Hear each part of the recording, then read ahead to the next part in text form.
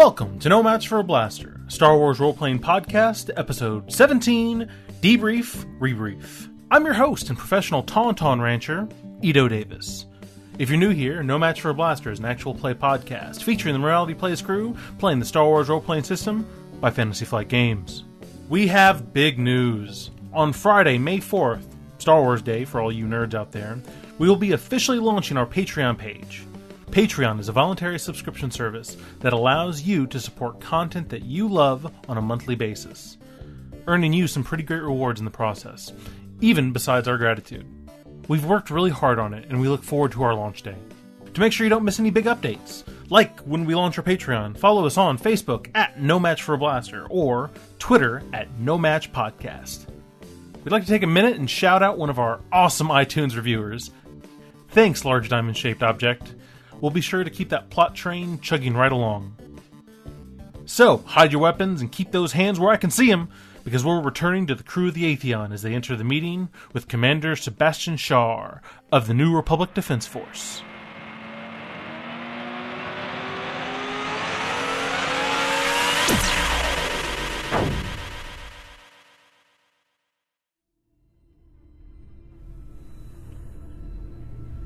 Previously, on No Match for a Blaster. Hoban has come under attack by the First Order, and even its refugees are no longer safe, as word of ambush upon the Marathon reaches the moon. Meanwhile, Marshal Remy Drobash has received a mysterious holo by one Commander Sebastian Char, asking for his presence in the detritus system. Seeing an opportunity, the Marshal and his deputies have journeyed to Julius Station to trade First Order intelligence and supplies for the aid of the New Republic Defense Force. The person that you see Sebastian, Commander Char, at a pretty modest desk in the front of the center of the room, back towards the back of the room, standing there, talking kind of in whispers to somebody, and he looks up and sees you. Go away for a moment. Please come in. Go away. We make our way towards Commander Char. Mm-hmm. Marshal, it's good to see you. On the way, I'll take a look. Is there anything I can, certain areas that I might recognize, or you want to do a perception? See if you see. Yeah, I do. Just want to. Yeah. What's the difficulty? Ooh, difficulty is going to be hard. You know what? With a blue die. Hard with a blue die. Nope. But one advantage. A fail with an advantage. Let's see. What advantage would you glean from this? Maybe I can't tell, exactly any information, so much as, where or what, but I can get the tone of the work. Okay. So, is it... how pressing is the thing that they're working on or not? With all the information, the problem is that when you see this kind of information and you think that it's a single operation, usually a lot of the stuff kind of references itself, right? So you would see here's a galactic map that's pointed out to this area, and then you see that planet, and then you see dossiers about the planet, you see dossiers about, agents that are working on the planet, you would see, field reports and all that kind of stuff. What you see here is that just from cursory glances, it seems everywhere. It seems like they're casting such a wide net, and it's not really focused anywhere specifically. So that's why it's really hard for you to figure out what's happening, because it looks just way more disorganized than you would have expected. All right. Marshal, it's good to see you. Thank you for coming in such haste. Of course. I don't think we've had the pleasure before. No, I believe you interacted with one of my predecessors more than anyone else. Who are these lovely people? He stands up and extends a hand.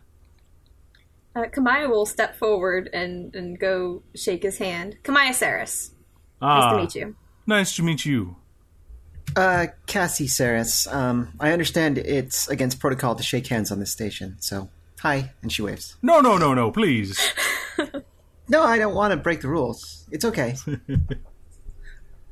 These are my associates and traveling companions. And who is this lovely creature? Point at Imp. Imp kind of Remy will kind of hold his arm out a little bit, and Imp actually makes himself taller and wraps his wings around him to make it look like a cloaked figure. And he kind of looks like he just like glides down my arm to like fully kind of present himself. Okay. I say, this is Lord Emperor. This is what now? Kamaya's never heard the full name, I think. You haven't heard that? No, that's great. Out of character, can we have the like Batman song playing in the background? No. Yeah, I'm like, which? What if the more modern Batman songs? Nope, that one. My predecessor told me of your humor, Marshall, and I'm glad to see that it's still in fine form. So, he kind of like takes kind of a mood-changing deep breath. So, and he kind of waves for you guys to sit down. There are chairs. There are chairs now. Mm-hmm. Motions for you all to sit down. Yeah, I'll have a seat. Wait, yeah, of course. Yep. So, Marshall, surely you've heard about the movements of the First Order in the last few weeks. You could say that. We actually fought off some of the First Order on Hoban right before we left. We were getting preliminary reports about this. Can you give us any detail about it? We are very surprised to know that they have already hit Hoban. While it was always in the numbers that they would have returned to such a place, we are surprised they hit it so early.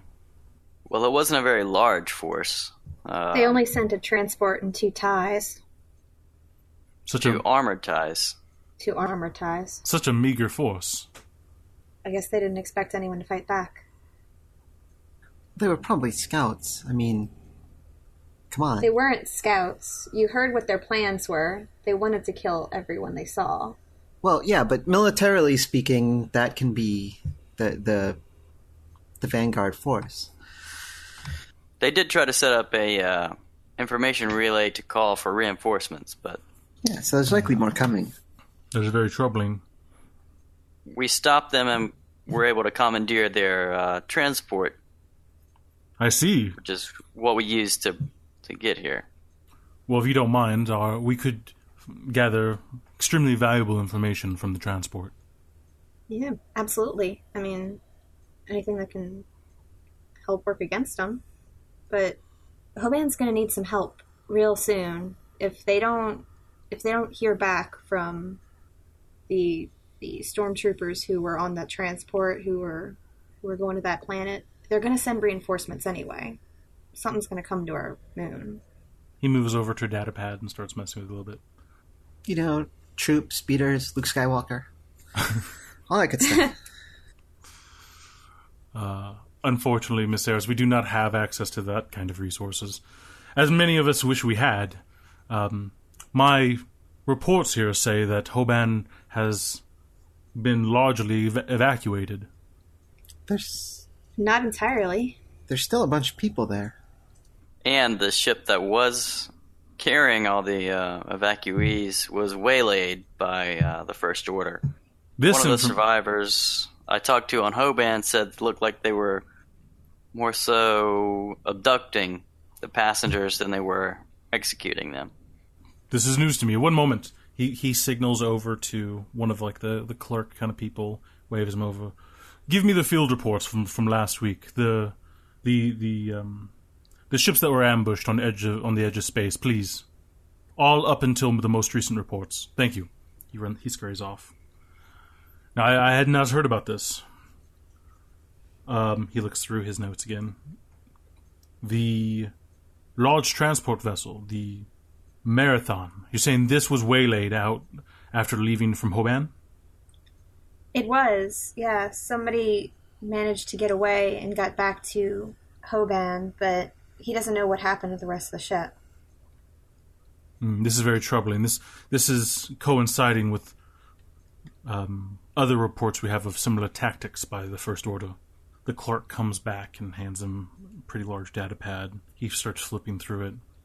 large transport marathon. It's... yes. It does fit.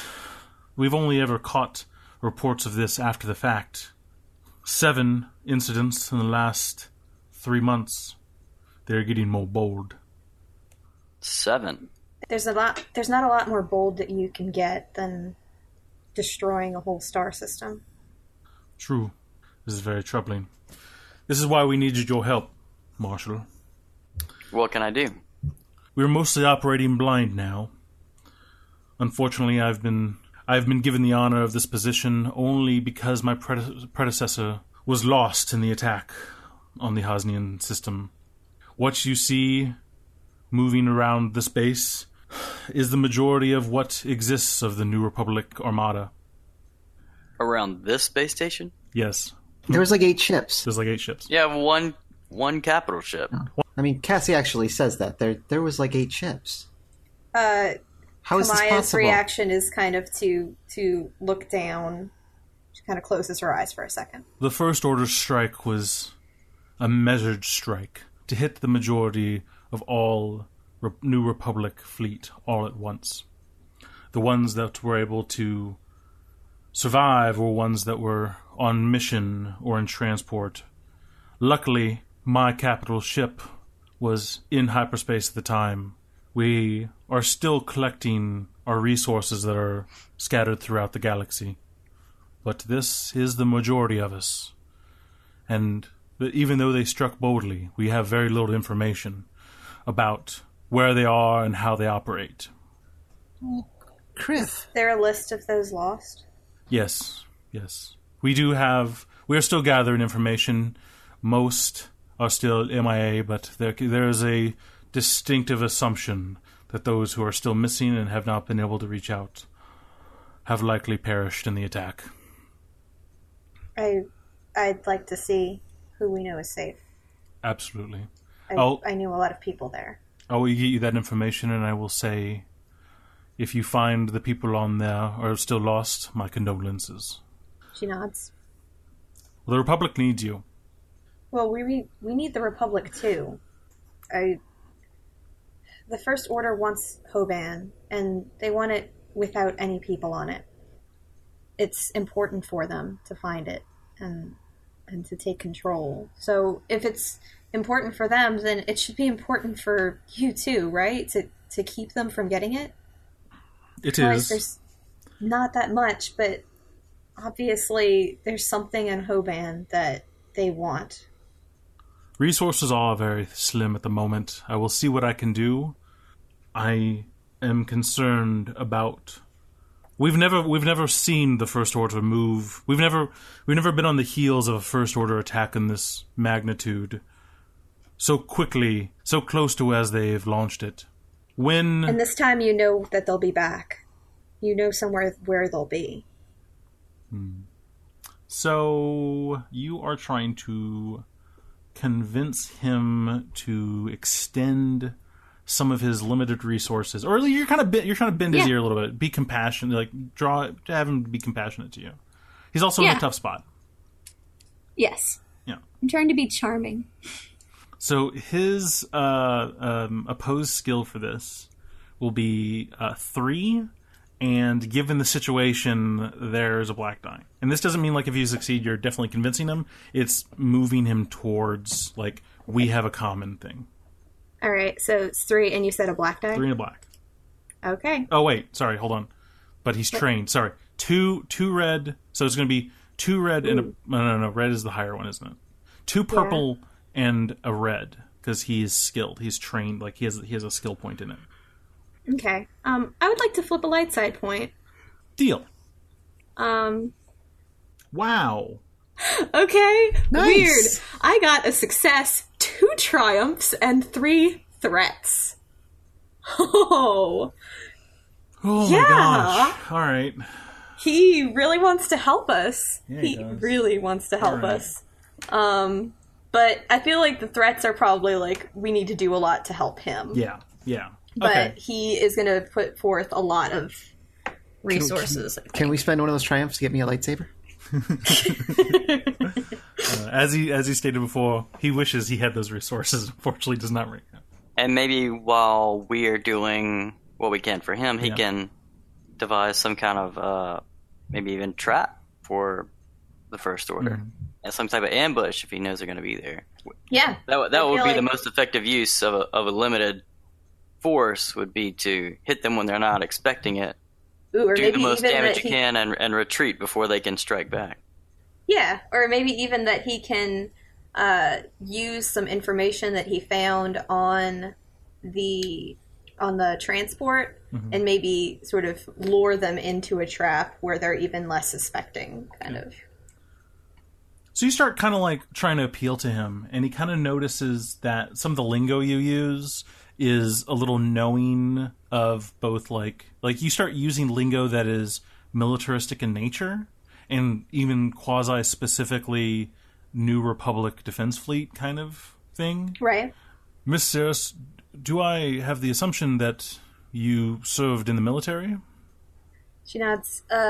Briefly. There wasn't really much there for me before all this started happening. But I just finished flight school, but never officially entered into the force. We've all experienced great losses, but we desperately need this information about what the First Order is doing and planning.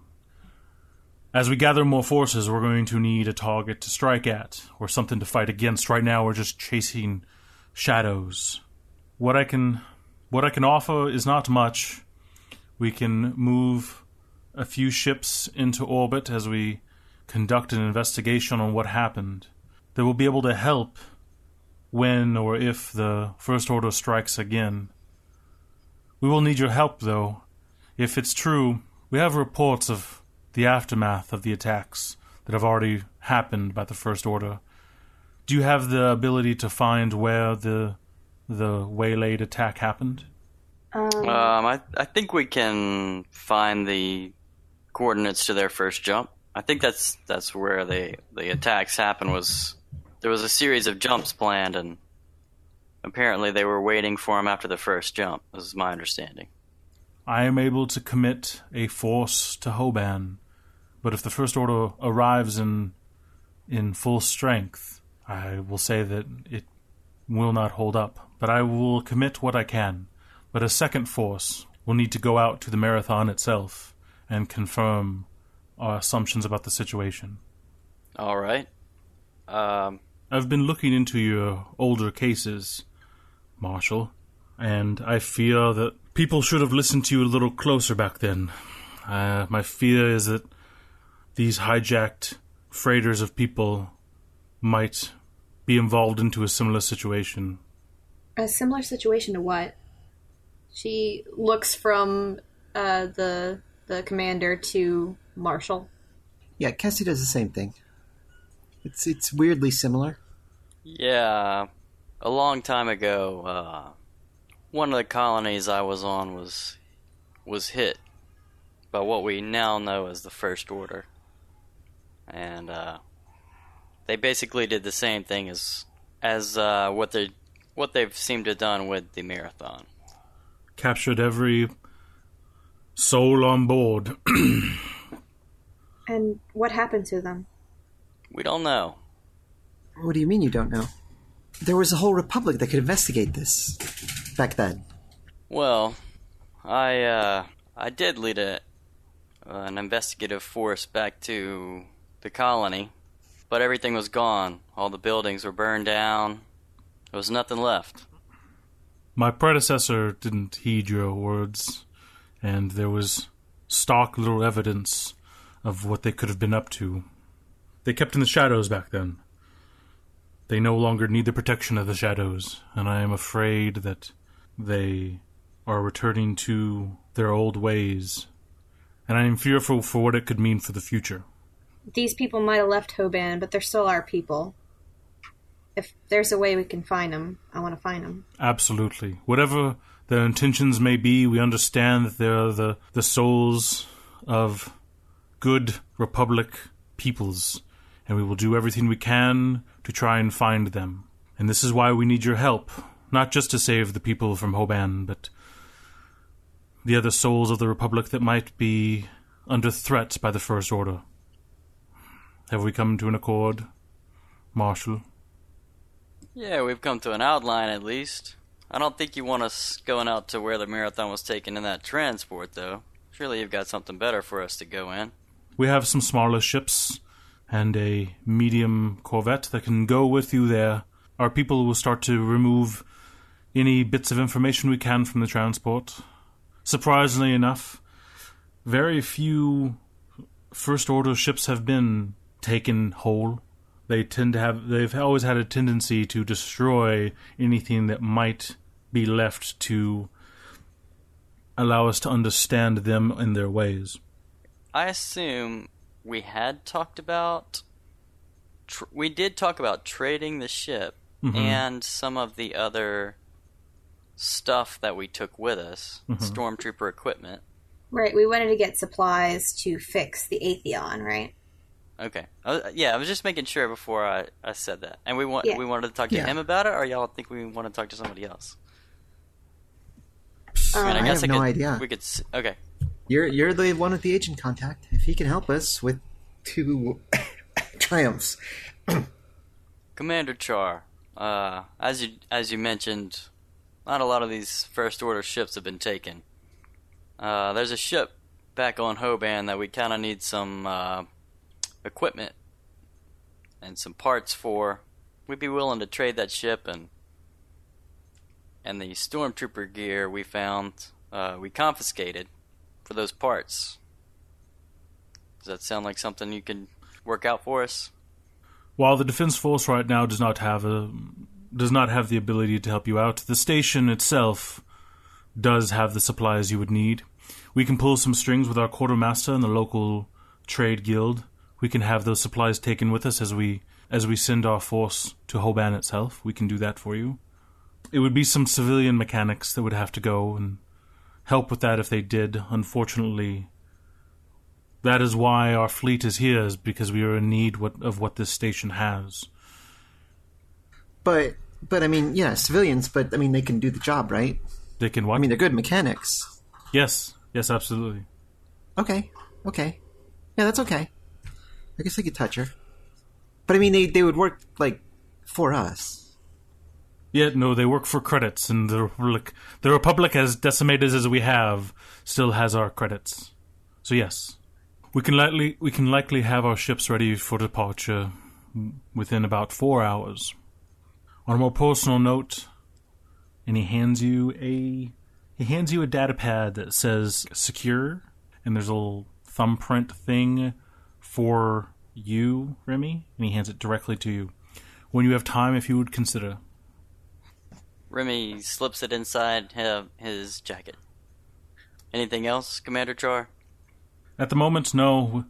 I appreciate, and the Republic appreciates what you're doing for us, and hopefully we will start to peel away the darkness that shrouds the First Order. If I can be of any other help with the resources that I have... Remy looks at Kamaya and Cassie like, anything else? No, I think that's it for now. Thank you. All right, Commander, we'll let you know what we find. Thank you, Marshal. And he extends a hand, like a very hearty, very, very hearty handshake. All right, Remy takes it and starts to make his way out. Cassie does one of the most terrible salutes anybody in the history of anywhere has ever seen. And then does an even worse about face. Okay. Like her stick comes around to the side, almost knocks over a bunch of stuff on his cabinet. While also kind of looking like a half hair flip type thing? Yeah, totally. Like it's totally like I have no idea what I'm doing with military stuff. And then she gets in a very silly march on the way out. She'll go to shake his hand again before leaving. She's not currently in the military, so... So just to be clear, we are taking the same shuttle we took in. So they're sending one group to Hoban, and then one group to where the marathon's going to be. Okay, we're going with the investigation crew. Okay. I misunderstood what was going on, too. So there we go. Because I'm going to say that you guys knew the jump location to where the marathon was going first anyways. So you start to leave. Noise starts to refill the room after all of you leave. Clerks start going up to the commander and everything. I almost picture Cassie like pulling like a random aide aside and just like going through the list of stuff like that. Like, here's what we're giving you. Here's what we need. Get it done. Yeah. In fact, that's probably exactly what she would do is, okay, and we need these parts, and we're going to give you this, and this is worth this much, and she will go through. And then once everything's, like, agreed on, she'll get, like, their signature. Yeah, absolutely. You go. They have, like, a quartermaster desk set up. So these are the things you want. Or these are the things you're giving us. All right, cool. So we have a situation set up with local tradesmen.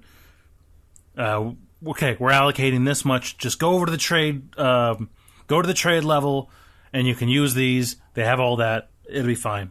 Whenever you talk to them, tell them we're going to be in Bay 13 and that we're heading out in a few hours. They'll load it up. You want this stuff to go to the moon, right? You don't want it to go with you to the ship, right? No, to Atheon. To my ship, to Hoban. So yes, to our to Hoban. Yes. All right on. Okay, yeah, just tell them that. So there's two going out, right?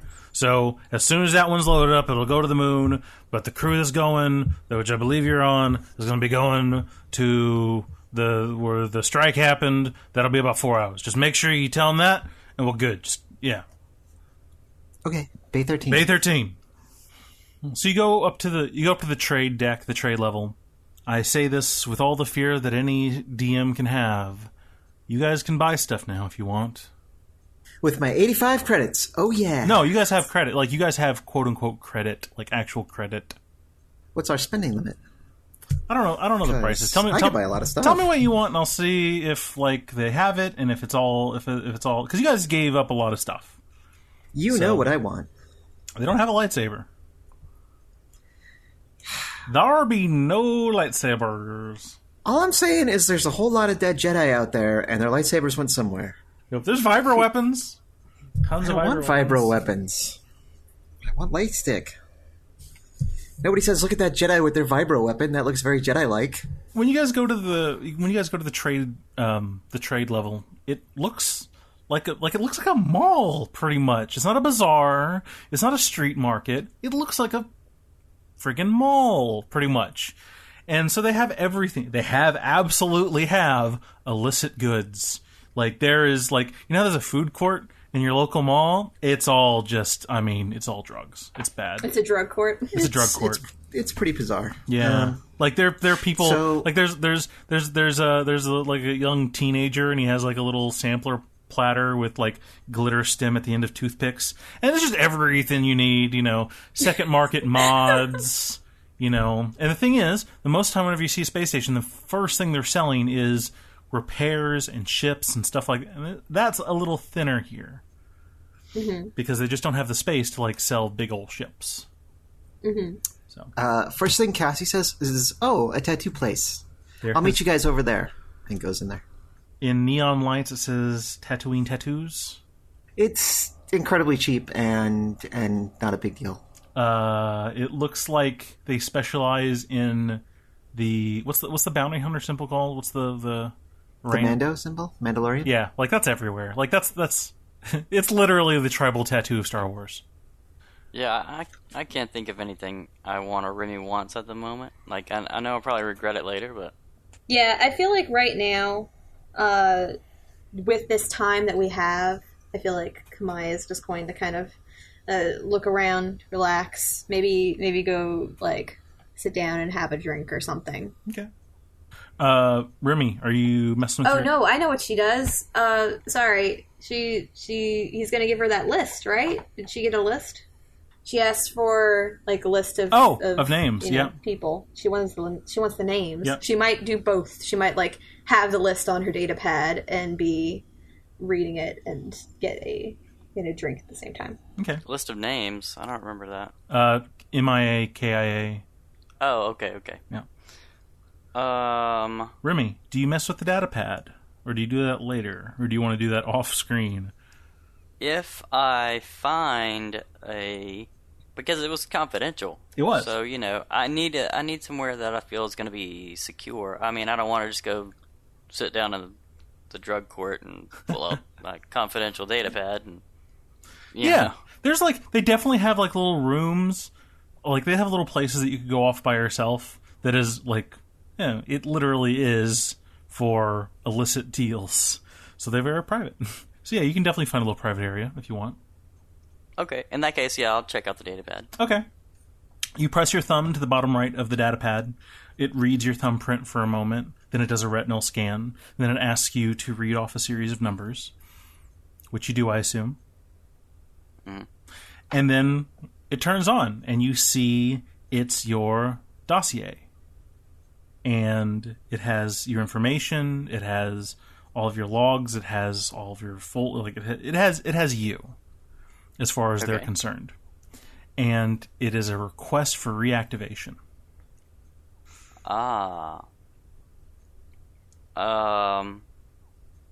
If you flip... Is there a way to relock this? To consider it? He Absolutely. doesn't want to... Absolutely.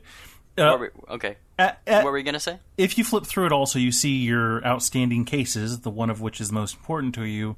They do have little bits of information there, nothing definitive, no big leaps, but it does look like those have been progressing slowly, even though you haven't been on it. Yeah, you can lock it again. Yeah, okay. He locks it, puts it back in his jacket, and he's just considering it and the implications. He hasn't made any decisions yet. In this introspective, deep thought kind of moment, what is Imp doing? How's he? Imp looks down at the datapad as you're goofing with stuff. How is he? Oh yeah, he just kind of stares at it and watches me flick through there. And so, Kamaya, you go off by yourself. There's a bar. It's just it's like a airport bar, so it's kind of open air. It's not Sure, and after he checks out the datapad, Remy will go over and to the bar and get a drink and maybe something to eat. Okay. Separately or together? No. He'll go sit near her. Okay. Not I don't know if she's sitting at the bar. Well, either way, yeah, he would go sit. Okay. So next to her or across from her, whichever is more appropriate. So you're flipping through, it's lists and lists and lists, and it's divided by, where they were located and rank. And there are definitely massive chunks of MIA, KIA that are confidential, And you're flipping through, and are you looking for specific people? She's looking for people that she knew. She's looking for names that she recognized. Okay, so you're kind of going through... effectively your graduating class of Flight Academy. Basically. And about 15% are not on the list. Not on the list of missing people, or yeah. Okay. There are people who are definitively stationed at a place and at the point of strike were confirmed to be in that place, and those are the confirmed. Right? Mm-hmm. But then there are a lot of people who, were moving from place to place, or part of a fleet movement action, or part of the defense force, that technically, if you're in the system, there's a slim chance. Yeah. I think she reads for a while, and eventually she has to kind of turn it off, put the pad away, kind of take a deep breath, and then probably take a long drink. No. Hey, Marshall. How's it going? I'm here. Find anything interesting on that list? I wouldn't say interesting. Yeah, I don't know that I would, that may just create more ghosts than leads. I've got to know. Anybody in particular you're looking for? I knew a lot of people. A lot of people still involved with the Republic. I can't know if they still are. He kind of just shakes his head and drinks his beer. Okay, I feel like this is a chance to sit in companionable silence. The perfect thing for a podcast. Yeah. And we sit silently. Okay. Yep. That's what we want, if you're allowed to do it. First of all, Yeah. the tattoo is just 3 triangles along her chin in a straight line. The outside triangles point up, the middle triangle points down.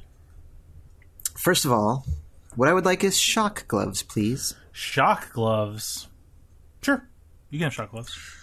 What I would like is armored clothes, please. Trade in the armor jacket I've got and get armored clothes. And these are like what Sure. you see in the Old Republic, where people you can see like armor pads and stuff. And then I want to trade up my light blaster pistols for regular blaster pistols. So see, I didn't ask Sure. for anything over much. Not that I wouldn't take a light stick, but if I can't have a light stick, You find a glow stick. so yeah. So yeah, she comes back. She's got a new tattoo on her face. She's got some really cool gloves. So basically, she's got like a whole new wardrobe. Looks all brand new. Okay. She's probably got a quick haircut. She just went Yeah, shopping. totally. So it probably takes her like the better part of those 4 hours. But she shows up and she's barely recognizable. So what are you wearing now? Let's see, armored clothes. Yeah, relatively tight pants. That's the name of the store. Yeah. So something a little sexy. A little bit of a Han Solo-y kind of shirt where it's got sort of the collar and everything and button down. And then a jacket on top of that. And then she's got a blaster on each hip. Sexy gloves, which look like they're a part of the outfit, and her stick. And her backpack full of toolkit. I don't know if you guys want to do anything else in the time she spent her time, but if not, then you are going to show up to, some people nursing some drinks at the bar. I think, by this point, she might be kind of not buying as many alcoholic things, so she knows she's about to try to do actual important things. In that case, she comes in, just sits down next to you, like without any fanfare, and just, did you find your friend? What? Yeah, fine. She like looks you up and down for a sec. I don't think that's exactly what they meant when they said go shopping, Cassie. Well, Wait, did you go to relatively tight pants? first of all, I like relatively tight pants. They have clothes that fit me. And second of all, they said go shopping. No, I love that place. I go there all the time. Remy just smiles and takes another sip of his beer. Oh, you've got a new, she kind of points at her own face, like where you got yours. Oh, It's nice. thanks. Yeah, it's good. That's a thing, apparently. What do you mean? It's... Mom says it's a thing that we're supposed to do and, like, important stuff happens. So, I don't know. You guys didn't go shopping? Did you just sit here and drink the whole time? Yeah, Yeah. I mean, But did you find your friend? I found some. But not all of them. No. I'm sorry. She gives her a hug. She kind of like leans away, like you see her kind of shoulders tighten up, and she's, no, I'm That's fine. I'm That's fine. the beauty of being family. She forces the hug anyway. Yeah. And it's awkward. But So it's okay. melee attacks are always too difficulty. I shock Glover into submission, so it's okay. Cassie, it's fine. She kind of like, I'm fine. Look, we've got to go to this thing, We right? totally do. Let's go. She reaches into the bowl of like bar nuts or bar snacks. Stachios. Starstachios. Starstachios. Yeah, Star Statues. So you go over there. Yes. It's a Mechanic Bay emporium, really. They've already sent word about the kind of thing that you want. So they've already set up that they're going to send 2 technicians out to Hoban to help you with your ship. They don't know what the ship is. They don't know really what's wrong with it. But you're going to have 2 technicians go down there. Are the technicians here when we walk in? Yeah, they're getting ready. They're setting up for their Okay. their 3-day out bags and stuff like that. We don't have to like go through all the details, but she's going to go over and talk to them and actually let them. They seem fine. Let them know what they're going to getting into, what kind of ship it is, the details on it. It is a human and an Aqualish. Oh, cool. Are you wanting to wipe out the programs that are already there? Yeah. Especially this one file, and she points out the music file. Any copies of that's a virus. Any copies of that can't possibly survive. We will do everything in our power to wipe this Star Rooster off of your computer. Lumbar puncture.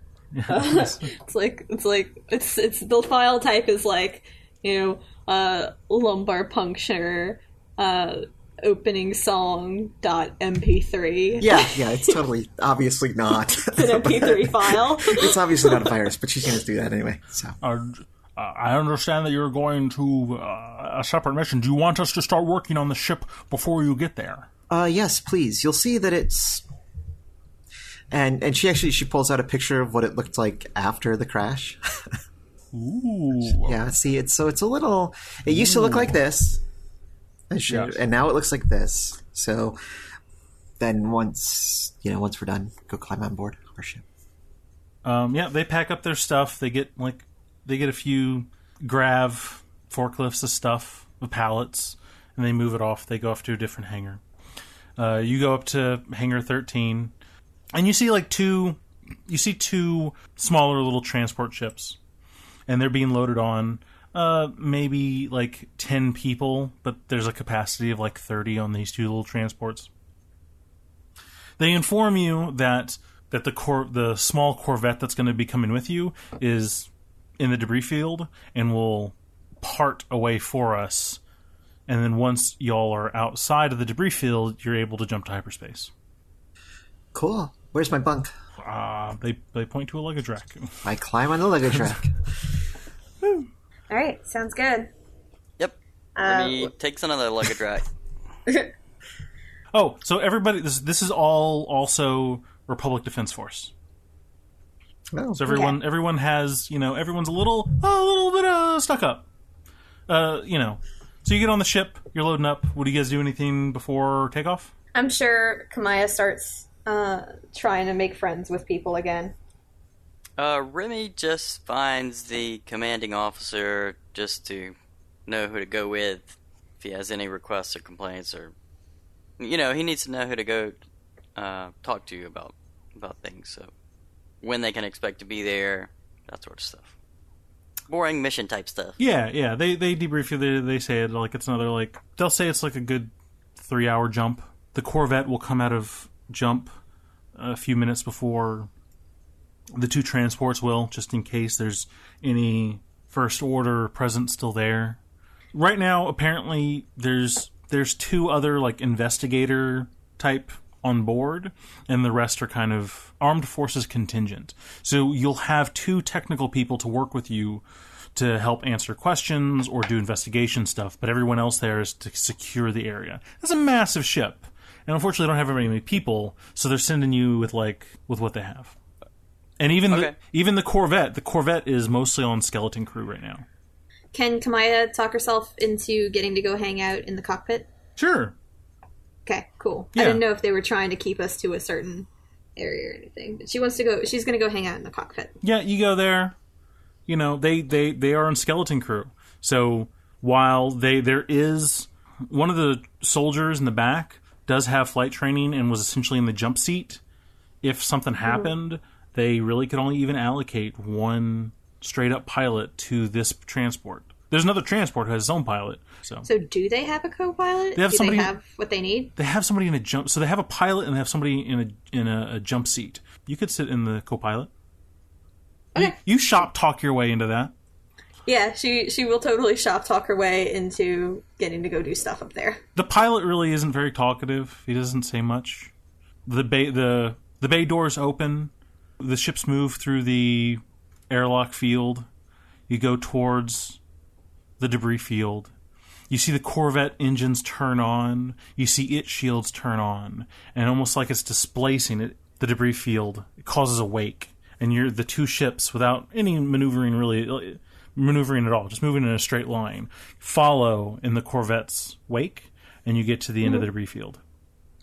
Once you get to the edge of the debris field, the Corvette continues to move a little bit, and you can hear, because you have the headset on, you can hear the Corvette talking about its jump coordinates, talking about time.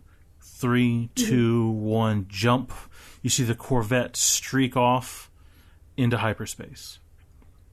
Moment or two later, you hear your transport and the other transport start to also, like, preparing for jump, confirming jump coordinates between the two. Roger that. The pilot of your ship asks you to read off the checklist, as you're going through. Pressurization, check. Coolant, check. Pre-system, check. And then you're hearing the checklist from the other ship. Your pilot's like, all clear? all clear's over here. Looking good. All right. And you hear a bit of a voice of the pilot of the other ship. And it doesn't fully ping until the captain of this transport refers to the call sign of the other person as Blip. That's one of the people that you went through school with.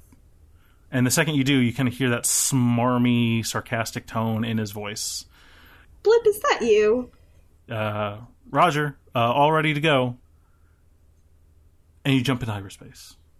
Well, awesome. Thanks for listening. To make sure you don't miss any big updates, follow us on Facebook at No Match for a Blaster, or on Twitter at No Match Podcast. If you enjoyed our show, please leave us a review on iTunes. No Match for a Blaster is a podcast by Morality Plays. Star Wars, Edge of the Empire, Age of Rebellion, and Force and Destiny are made by Fantasy Flight Games and Lucas Books. Our theme is by Kevin McLeod. Sound effects by Tristan Lulgren, Vindus, and Akmov. And of course, just like every week, I would like to thank the very best players I could possibly hope for, and not just in a Star Wars setting. Brandon playing Remy Drobash, Claire playing Cassie Saris, and Bobby playing Kamaya Saris. And of course, I'd like to thank you, yes you, our listeners, and we'll see you again soon in a galaxy far, far away.